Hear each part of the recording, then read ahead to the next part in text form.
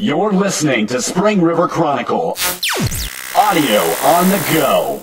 District 80 Review by Linda Collins Smith, read by Kent Lepley. State Representative Linda Collins Smith traveled to Washington, D.C. last week to meet with members of Arkansas's congressional delegation about the destruction to the Black River levee system caused by recent flooding in Randolph County. In separate meetings with Congressman Rick Crawford and Senators John Bozeman and Mark Pryor, Collins Smith emphasized the extent of the damage to the levees.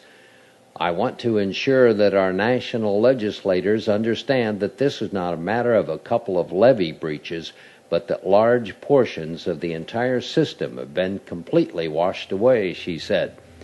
Collins Smith said she was encouraged by assurances from all three legislators that they already are working to see that all available resources are directed toward repair of the entire Mississippi River flood control system. The Black River flooding was just part of the larger flood that affected the entire lower Mississippi Valley and its tributary systems, said Collins Smith. It's clear that a reevaluation of the overall system is needed.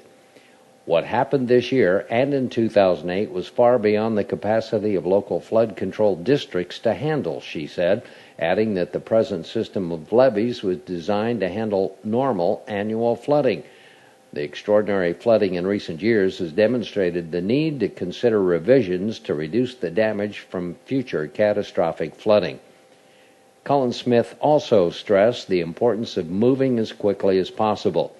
If we were to get more flooding before repairs are made, we've seen the enormous destruction that can happen. On another matter, Arkansas's legislators also expressed support for the Northeast Arkansas Intermodal Authority and its efforts to create jobs by developing industrial supersites in this area. The legislators asked to be kept informed of the progress of the work of the authority. Collins Smith has been actively involved in the early stages of the Intermodal Authority's first project at the Hoxie site. If completed, that project would include construction of a cross-tie manufacturing plant and a rail exchange point to be operated cooperatively by the Union Pacific and Burlington Northern Railroads. The Hoxie project has tremendous potential, said Collins Smith, both in construction jobs and permanent employment. But even more important is the potential for future spin-off development.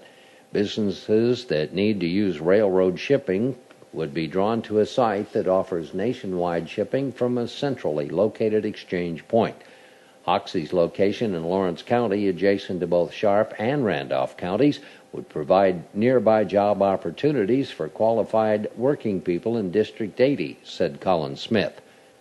While in the capital, Collins Smith also met with members of the Arkansas Telecommunications Association, who hosted a whole hog pulled pork dinner meeting for the congressional delegations and their staff members. She encouraged plans to expand an educational communications system connecting the state's four-year colleges to include two-year institutions, which would bring the system to Randolph and Sharp counties.